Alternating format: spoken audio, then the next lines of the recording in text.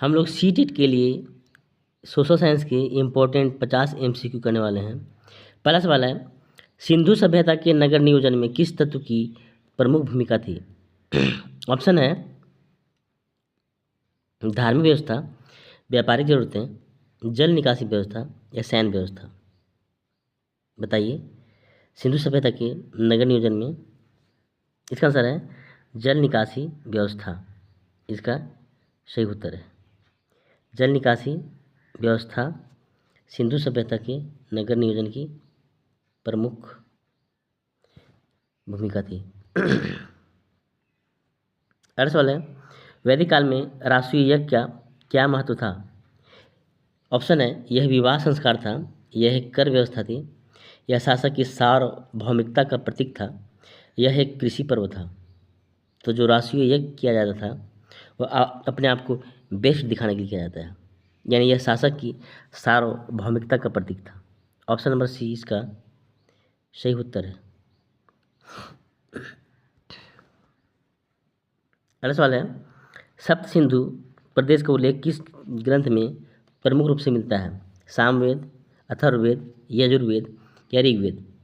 तो सप्त सिंधु प्रदेश का उल्लेख मिलता है ऋग्वेद में। सबसे पुराना वेद है ऋग्वेद, इसमें मिलता है।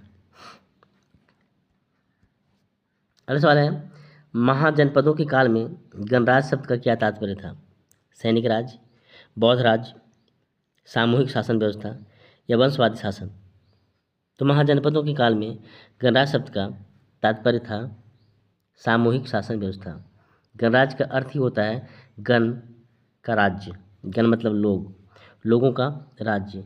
इसका अर्थ है सामूहिक शासन व्यवस्था। ऐसा है, अशोक के अभिलेखों में धर्म शब्द का क्या तात्पर्य है? ऑप्शन है बौद्ध धर्म, सामाजिक नीति, धार्मिक युद्ध या ब्राह्मण धर्म। तो अशोक के अभिलेखों में धर्म शब्द का तात्पर्य है सामाजिक नीति। समाज के लिए जो नीति बनाई गई थी उसे ही अशोक ने धर्म नाम दिया था। अगला सवाल है, निम्न में से कौन सा अभिलेख अशोक के पश्चात का यानी अशोक के शासन के बाद का है? कौन सा अभिलेख? ऑप्शन है भाब्रू अभिलेख, हाथी गुम्फा अभिलेख, रुमिंदेई स्तंभ या धौली अभिलेख। तो इसमें से हाथी गुम्फा जो अभिलेख है वो अशोक के शासन के बाद का है।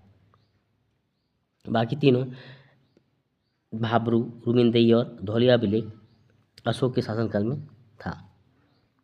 अगला सवाल है, प्राचीन भारत में शिक्षा के प्रमुख केंद्र कौन से थे? अजंता, एलोरा, नालंदा तक्षशिला, उज्जैन वाराणसी या पुरी कन्याकुमारी?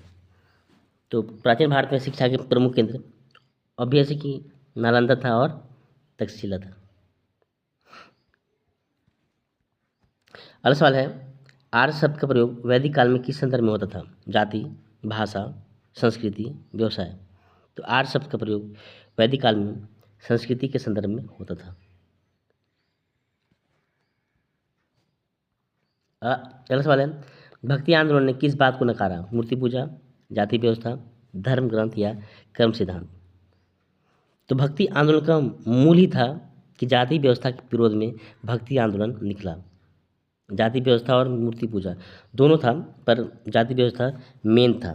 भक्ति आंदोलन से निकले कबीर, नानक, दाऊ दयाल, चैतन्य, रविदास, ये सब ने जाति व्यवस्था के विरोध में इस आंदोलन को अपनाया था।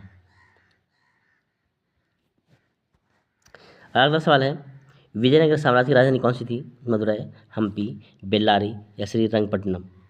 तो विजयनगर साम्राज्य की राजधानी हम्पी थी, कर्नाटक में है। अगला सवाल है, सूफी संत निजामुद्दीन औलिया किस सूफी सिलसिले से जुड़े थे? सोहरावर्दी, चिश्ती, कादरी या सत्तारी? तो निजामुद्दीन औलिया चिश्ती संप्रदाय से जुड़े हुए थे। मध्यकालीन भारत में इक्तादारी प्रणाली का संबंध किससे था? सिंचाई से था, सैन्य सेवा से था, शिक्षा से था या कृषि कर से था?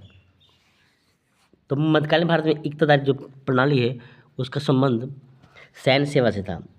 इक्तदार रईसों को, अधिकारियों को और सैनिकों को बनाया जाता था मुख्यतः, इसलिए यहाँ पर सैन्य सेवा सही उत्तर है। इक्तेदारी का संबंध सैन्य सेवा से था। अगला सवाल है, तुलसीदास ने रामचरितमानस की रचना किस भाषा में की थी? संस्कृत, अवधी, ब्रज या खड़ी बोली? तो तुलसीदास ने रामचरितमानस की रचना अवधि में की थी। अवध के थे, अवधी भाषा बोलते थे, अवधि में इन्होंने लिखा भी। अगला सवाल है, कबीर किस बात के कटु आलोचक थे? इस्लाम धर्म, मूर्ति पूजा और जातिवाद, वैराग्य और भक्ति?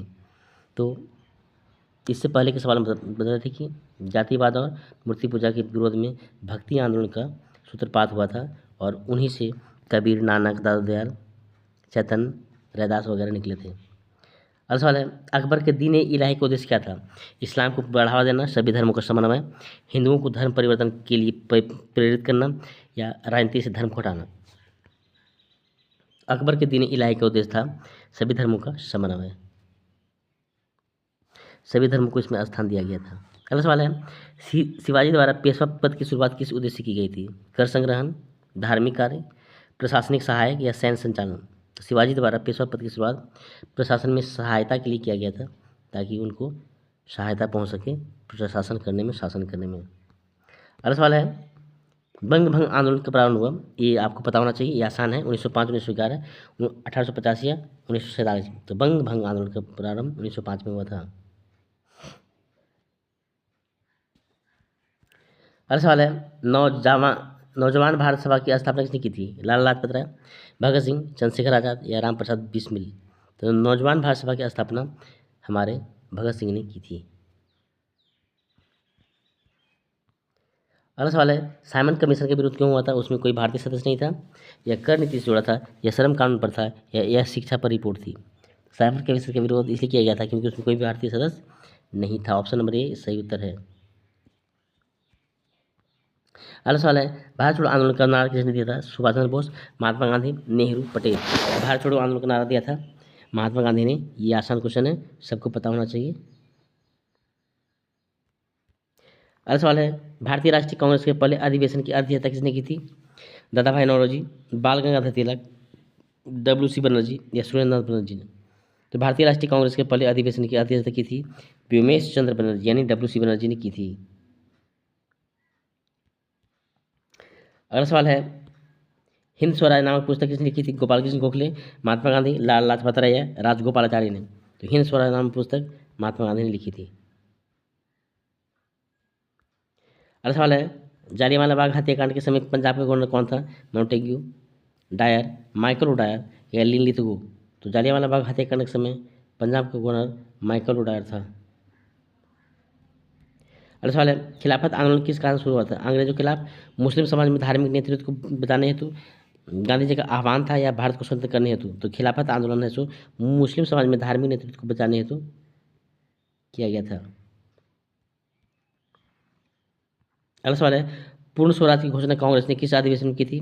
1927 मद्रास, 1929 लाहौर, 1931 कराची या 1932 दिल्ली? तो पूर्ण स्वराज की घोषणा कांग्रेस ने लाहौर में की थी 1929 में। जवाहरलाल नेहरू ने इसकी अध्यक्षता की थी। अगला सवाल है, भारतीय संविधान सभा की स्थापना कब हुई थी? 1945, 1946, 1947, 1950? तो भारतीय संविधान सभा की स्थापना हुई थी नवंबर 1946 में। ये आपको पता होना चाहिए। अगला सवाल है हमारे पास, चंपारण आंदोलन किस मुद्दे से संबंधित था? कर व्यवस्था, नील की खेती, मजदूरी या जंगल अधिकार? तो चंपारण आंदोलन नील की खेती से संबंधित थी। ये भी आसान था। अगला सवाल है, भगत सिंह ने किस समाचार पत्र में मैं नास्तिक क्यों हूँ नामक लेख लिखा था? यंग इंडिया, द पीपल, हरिजन या भारत माता? तो भगत सिंह ने मैं नास्तिक क्यों हूँ द पीपल पत्रिका में छपवाया था। अगला सवाल है, सविनय अवज्ञा आंदोलन की शुरुआत किस वर्ष हुई थी? 1929, 1930, 1931, 1942? तो सविनय अवज्ञा आंदोलन की शुरुआत महात्मा गांधी ने 1930 में की थी। अगला सवाल है, लॉर्ड कर्जन को किस कार्य के लिए याद किया जाता है? अस्थायी बंदोबस्त, बंगाल विभाजन, जालियांवाला बाग, 1857 का विद्रोह? लॉर्ड कर्जन ने बंगाल के विभाजन में महत्वपूर्ण भूमिका निभाई थी। अगला सवाल है, भारतीय इतिहास में त्रिपिटक ग्रंथ किस धर्म से संबंधित है? जैन, बौद्ध, वैदिक, इस्लाम? भारतीय इतिहास में त्रिपिटक है सो बौद्ध धर्म से संबंधित है। अगला सवाल है, मनुस्मृति किस विषय से संबंधित ग्रंथ है? राजनीति, धर्मशास्त्र, चिकित्सा या कला? तो मनुस्मृति धर्मशास्त्र से संबंधित ग्रंथ है। अगला सवाल है, तुर्क आक्रमण से पूर्व भारत का सबसे शक्तिशाली राज्य कौन था? पाल, गढ़वाल, प्रतिहार, चालुक्य। तो तुर्क आक्रमण से पहले भारत का सबसे शक्तिशाली राज्य चालुक्य था।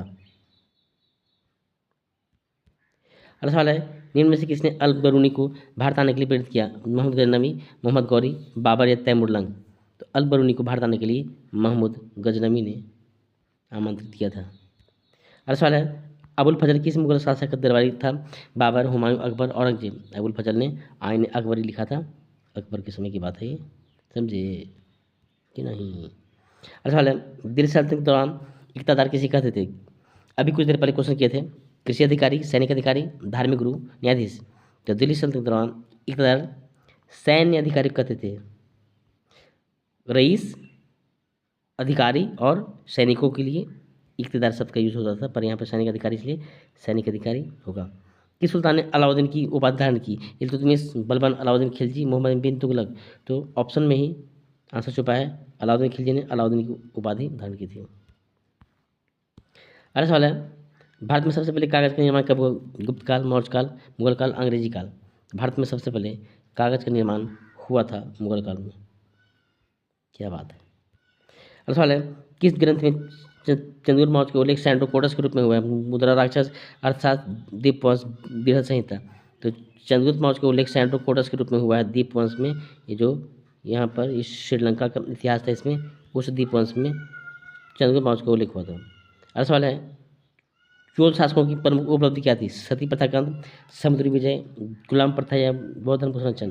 तो चोल शासकों की प्रमुख उपलब्धि थी समुद्री विजय। अगला सवाल है, किस काल को भारत का लौह युग कहा जाता था? वैदिक काल, उत्तर वैदिक काल, गुप्त काल, मौर्य काल। तो भारत का लौह युग कहा जाता था उत्तर वैदिक काल को। उत्तर वैदिक काल को भारत का लौह युग कहा जाता था। अगला सवाल है, बौद्ध धर्म के प्रचार प्रसार में किस राजा की विशेष भूमिका थी? चंद्रगुप्त, बिंबिसार, अजातशत्रु, अशोक। तो बौद्ध धर्म के प्रचार प्रसार में अशोक की महत्वपूर्ण भूमिका थी, विशेष भूमिका थी। अगला सवाल है, स्यादवाद किस दर्शन का अंग है? स्यादवाद, स्यादवाद सांख्य, योग, जैन, वेदांत। स्यादवाद जैन दर्शन का महत्वपूर्ण अंग है। अगला सवाल है, गुप्त काल को भारतीय संस्कृति का स्वर्ण युग क्यों कहा जाता है? सैन्य विजय के लिए, धर्म की स्थापना के लिए, कला साहित्य और विज्ञान में प्रगति के लिए, विदेश व्यापार के लिए।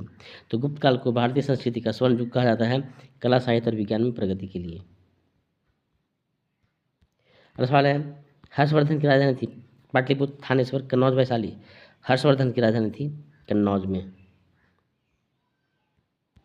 अगला सवाल है, इलाहाबाद स्तंभ लेख किसने बनवाया था? समुद्रगुप्त, विक्रमादित्य, अशोक, हर्षवर्धन। इलाहाबाद स्तंभ लेख बनवाया था समुद्रगुप्त ने। अगला सवाल है, भारतीय इतिहास में चौथा और स्वदेशमुखी किसे संबंधित थे? मौर्य शासन, मराठा शासन, गुप्त शासन, ब्रिटिश शासन। तो भारतीय इतिहास में चौथा और स्वदेशमुखी मराठा शासन से संबंधित था। अगला सवाल है, भारतीय संविधान किस अनुच्छेद में प्राचीन स्मारकों की रक्षा का उल्लेख है?